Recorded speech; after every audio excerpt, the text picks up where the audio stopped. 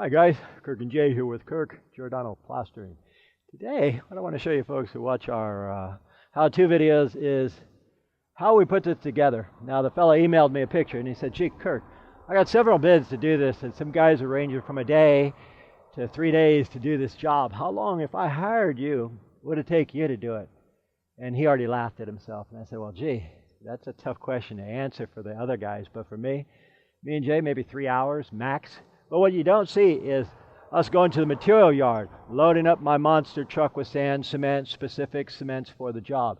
I told him we'll use a rapid set because I don't want to come twice. Rapid set makes Eisenwall, which is about $60 a bag as opposed to, say, the Portland cements, which are about 10 to 15 a bag.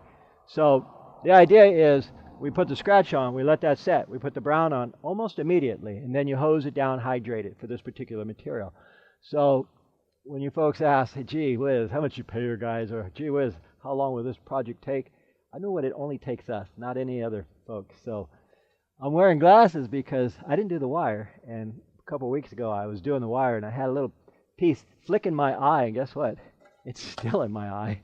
But anyway, I'm going to go ahead and get started and show you folks how to apply this stuff. And this is a scratch coat. Look at this. Is it? You see that? It's not fully dried yet, guys, but I can put my next coat on it right now. And okay, so that's what I'm going to do. I'm going to put my coat on it. And what I'm doing, guys, is just basically putting a second coat.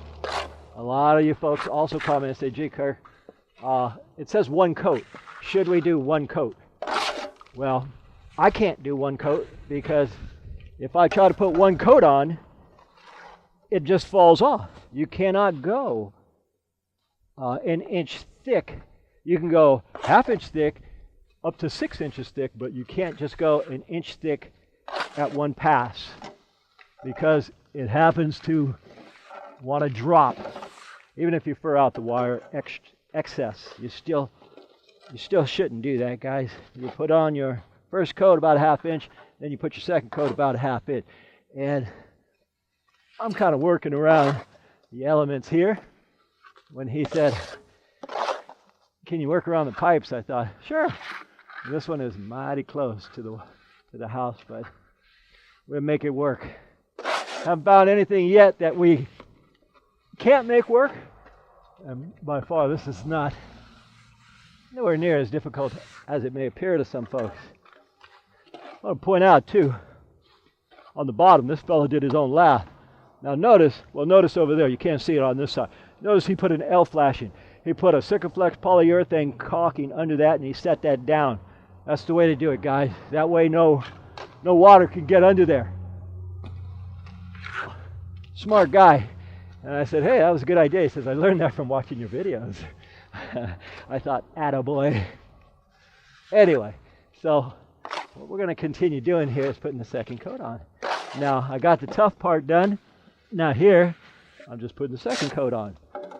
And these buckets, guys, these buckets and scoops, priceless. This is called a scoop, a stucco scoop. And it gets it out of the bucket perfectly because this has a radius on it.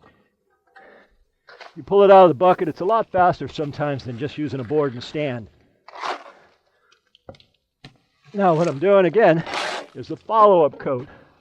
A lot of folks call this the brown coat, including myself, but you can see it's not really brown. In this case, it will dry a light tan because we're using Eisenwall. Eisenwall, again, is a white cement. And the white cement, when mixed with tan sand, is about tan when it's dry.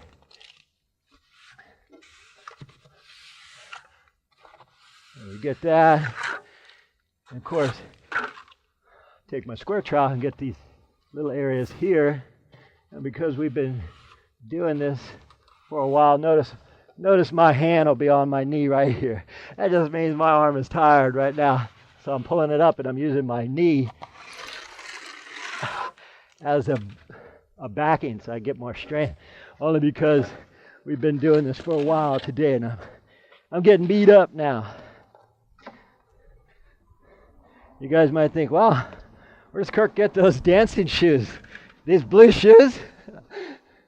How many of you contractors out there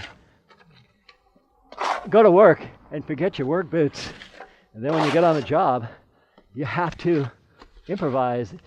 And me doing stucco work, my improvising is, I don't want to screw up my good tennies, so I just put some blue tape over them. I bet you a lot of folks, you guys, said, man, I forget my work boots all the time. This morning my wife said, baby, you want to take out the garbage? And that was at 6. And so I thought, well, gee, I'll put my shoes on and go do that. And then forgot all about it because they were so comfortable. Didn't even think about those work boots. Anyway, getting back to this. Now, this particular product here, you got anywhere between 15 minutes to 45 minutes. Why the discrepancy? Well, I'll tell you. Discrepancy is because of the additives or accelerators. Now, we can put retardants in this, and that way I can get as much time as I need. But if you watch the stuff we do, Kirk doesn't like a lot of time. I like to put it on fast, get it over with, and move on. I don't have the patience to be here all day for most folks, so we use the additives. Now, granted, I'll make it look easy because Jason, who's on the camera, is mixing. You guys want to make it look easy, get somebody to mix for you. Don't try to plaster and mix as well. Now, how long do we give this? Okay, the finger test, blam. We give it about 15 minutes because we were doing other things, and I told Jay to put a little bit of retardants in. 15 minutes, I'll show you how fast we float it. It'll take me about 3 minutes to float this. All right, guys, we had just enough time to put our tools away. Here's a tip. Green sponge floats. You can buy them online, but these are absolutely necessary to bring out the sand or aggregate. Now, this one here is beat up. It's already torn. I buy them by the box, like 120 a case, because we go through them. If they're torn like this, it'll make my job a lot harder. So what do? I get a new one. And if you think about it, guys, what we do is we try to teach you how to protect your number one investment. You know, that's your home. So you can watch what we do and save some dough and do some of the things yourself, like the lathe. As far as, can you do what I do right now? That's kind of doubtful because I've been doing it so long. But we'll give you an idea. But the idea is you save some dough by doing either paper and wire. Now here's another technique. This is a green sponge float, and I got a bucket of water here. It's filled this much. So first thing I want to do is I want to wet this float. Got to wet it, guys. Got to wet it. I don't want too much water in it. Where like when I pull this water, when I pull it out, if I pull it out and water's, say like this, if I pull it out and water's dripping off, that's too much water, guys. Get some of that water off by hitting the inside of the bucket. If you hit the inside of the bucket, you make the curve of the float just right. You hit the outside, you jack this up. It won't be useful, guys. Now what I'll do first with a clean bucket of water is I'll clean my trim. Clean the trim. Because somebody might say, oh my God, he got stucco on the trim. Not a big deal. It's being painted. The whole house is being painted. It'll come right off. So what we're doing is I'm putting my 1/4-inch groove right here with the straight edge of my float. And then while I can't see it and I'm back here, I'm giving it the float finish that they also have.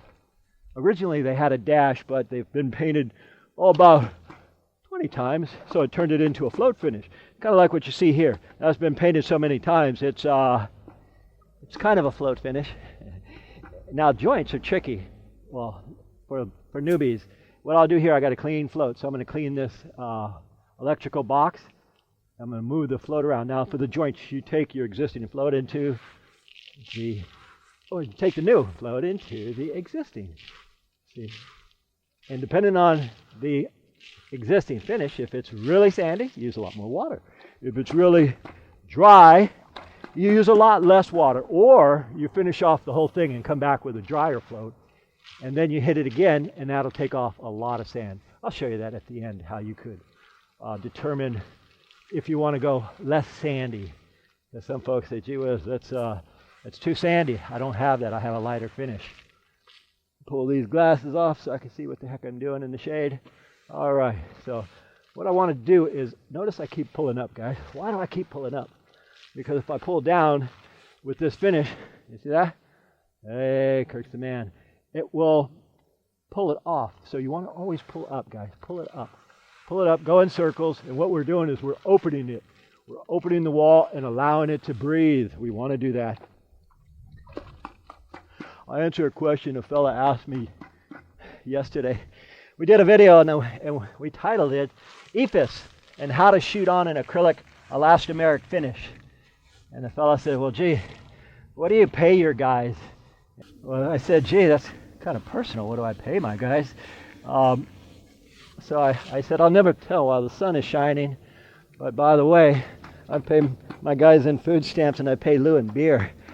And I had a couple comments. They said, oh, Lou must cost you the most out of everybody, because if you watch what we do, you see my brother Lou. He's like 260 pounds. When we go to a club or to the pub, Lou doesn't buy beers. He buys pitchers. And he gets pissed off when you give him a glass, so he just drinks straight out of a pitcher. So that fellow says, what does Lou make? Beer money.